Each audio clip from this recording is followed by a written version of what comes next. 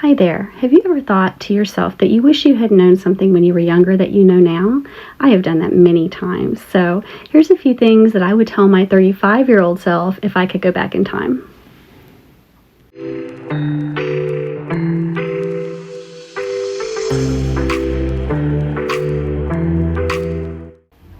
Okay, friends, when you have lived for 60 years, you hopefully will see yourself evolve over time and you will learn many lessons. And many times those lessons are valuable and you recognize that they could be very impactful to your life or could have had you known earlier that your choices, could be different. And some of these I did when I was younger and they have been lifelong habits, but it still feels relevant to mention them here. So these aren't necessarily in order of importance and definitely they are not all inclusive, but I believe that each item is significant in its own way, so that these are the main changes that I probably would make if I could have a redo. So here we go. Number 1, wear the tank top or the shorts. I promise that no one is thinking about your flaws as much as you are.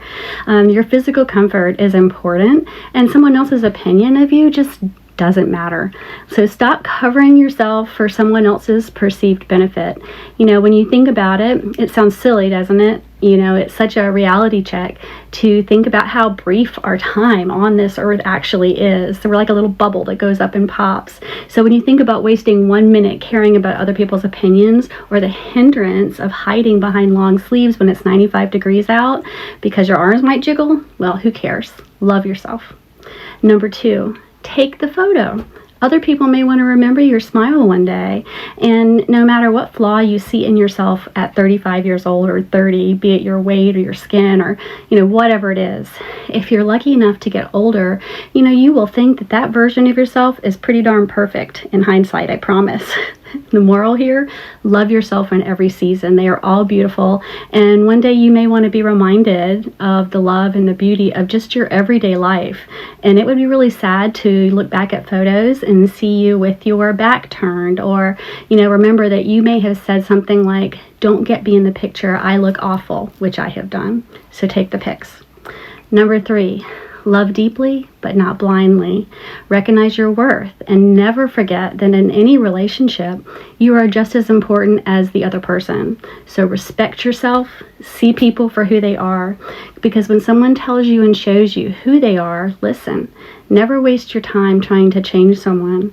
When you love, you must love the person that exists before you at that moment, not for who you hope that they may become. Number 4, forgive yourself for the years that you made yourself small. Insecurities will hold you back, and never be scared to say your piece or assert yourself in situations that seem wrong to you. Trust your gut instincts on all fronts. Show up as your authentic self in all ways. Apply for the job that you may not be fully qualified for. Volunteer for opportunities that take you out of your comfort zone. Number 5, don't let yourself become stymied in one place. You have to evolve and you have to grow. Stagnation, to me, is the destroyer of souls. Always seek out further education and opportunities for growth, because the inability to change your way of thinking will mean that you may find yourself as an older adult, not even knowing who you really are. The old adage, you can't teach an old dog new tricks, may well be true. And if you spent your lifetime in one place mentally, that could happen. So never stop creating art in whatever form you love, not to become famous or to make money, but to learn more about yourself through self-expression and creativity. And when you express yourself through art, you enhance mental and physical well-being, you improve your cognitive abilities, and it can reduce stress, boost self-esteem, improve your mood. So what's not to love about that? Number 6, and while I couldn't have offered my younger self this advice specifically because social media and smartphones didn't exist yet, I would have warned her to watch out for her future self, to check in, get off of the phone or the computer, and remember the best parts of your life won't be when you were scrolling on Facebook or Instagram or TikTok. Number 7, I have tried to do this and would strongly recommend staying on top of current technology as it progresses to the best of your ability, because this will play an important part in remaining relevant, in the face of changes to the world as a whole. And understanding how technology works is really important, especially if you'll still be in the workforce. Don't rely on others to figure out how to do something or how something works. Find the instructions yourself and learn to do it yourself.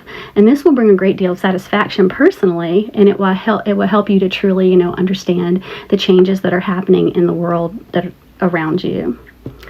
Number 8. Never stop reading. I have always been a voracious reader, but I feel that in the world today, it's easy to forget the importance of this. And, I don't mean reading magazines or articles on social media. I mean holding a book in your hands, because the very act of reading and becoming absorbed in a book is cathartic. Always have a library of books. Reading can transport you back in time or, to places that you have never been. It can immerse you in another world. And it can teach you the history of your country and of the world, and it'll enrich your life in countless ways. It'll help you to understand different people and that there are beliefs beyond your own. And it will amplify critical thinking skills, and even your vocabulary will be enhanced. So never stop. If you haven't already done this, then start. Head to your library and pick out a book that maybe you might ordinarily not have read, and you might be surprised at how it could change your life. Number 9, always move your body in whatever way that may, look like for you, but do it for the right reasons. Choose exercise to enhance your life by maintaining your mobility and health as you age. I've always exercised to some degree throughout most of my life, be it firm workout tapes or aerobics classes or stair steppers or running. And now exercise looks a little different. It's long walks or hiking or maybe yoga. But until the last 10 or so years, it was basically for aesthetics. And until you are older, I don't think that you can appreciate that you want to exercise and you want to keep movement in your life to enhance your everyday life, to maintain a healthier version of you for as long as you can. Number 10, be intentional in your choices. Don't let life just happen to you. Make choices when you can that will set yourself up for successes. Never believe that this is as good as it gets. Take steps to make decisions about where you live, about your travels, and about your relationships. You have the power to make your life the best that it can be by taking responsibility for your own life. And this doesn't mean, that you won't have challenges, because of course you will. But it may mean that you have more control over the direction of your life, which will be the ultimate guide to your long-term happiness. And lastly, I want to read a short letter that was written by the wonderful Patricia Routledge before her 95th birthday. And if you aren't familiar with her, she played the wonderful Hyacinth Bouquet on Keeping Up Appearances. So funny. And among many other significant roles. She recently passed away at 96. And it's a wonderful look at a life that prioritized learning and recognizing that it's never too late. And I think it emphasizes most of all that you must continue to grow in order to live a full and happy life. So here we go. Okay, Patricia Routledge. I'll be turning 95 this coming Monday. In my younger years, I was often filled with worry that I wasn't quite good enough, that no one would cast me again, that I wouldn't live up to my mother's hopes. But these days begin in peace and end in gratitude. My life didn't quite take shape until my 40s. I had worked steadily on provincial stages and radio plays and West End productions, but I often felt adrift, as though I was searching for a home within myself that I hadn't quite found. At 50, I accepted a television role that many would later associate me with, Hyacinth Bouquet of Keeping Up Appearances. I thought it would be a small part in a little series. I never imagined that it would take me into people's living rooms and hearts around the world. And truthfully, that role taught me to accept my own quirks. It healed something in me.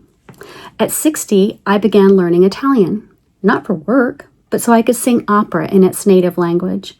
I also learned how to live alone without feeling lonely. I read poetry aloud each evening, not to perfect my diction, but to quiet my soul. At 70, I returned to the Shakespearean stage, something I once believed I had aged out of, but this time I had nothing to prove. I stood on those boards with stillness, and audiences felt that. I was no longer performing, I was simply being. At 80, I took up watercolor painting. I painted flowers from my garden, old hats from my youth, and faces I remembered from the London Underground. Each painting was a quiet memory made visible. Now at 95, I write letters by hand. I'm learning to bake rye bread. I still breathe deeply every morning, and I still adore laughter, though I no longer try to make anyone laugh. I love the quiet more than ever. I'm writing this to tell you something simple. Growing older is not the closing act. It can be the most exquisite chapter if you let yourself bloom again. Let these years ahead be your treasure years. You don't need to be famous. You don't need to be flawless. You only need to show up fully for the life that is still yours. With love and gratitude, Patricia Routledge. And I just love the sentiment of that entire letter so much, and that we all need to remember starting earlier, starting in your 30s and 40s or even younger, that it's a progression, the life that you're going through. And you, as you get older, there's no limitation set on you. And society doesn't dictate to you the way you should or shouldn't be. Show up as your authentic self. Always continue to learn. Always continue to seek out your true self. And I think that's where you're going to find a happy life. So thanks for stopping by and taking a listen. If you haven't yet, please subscribe. I'd love to have you along. Until next time.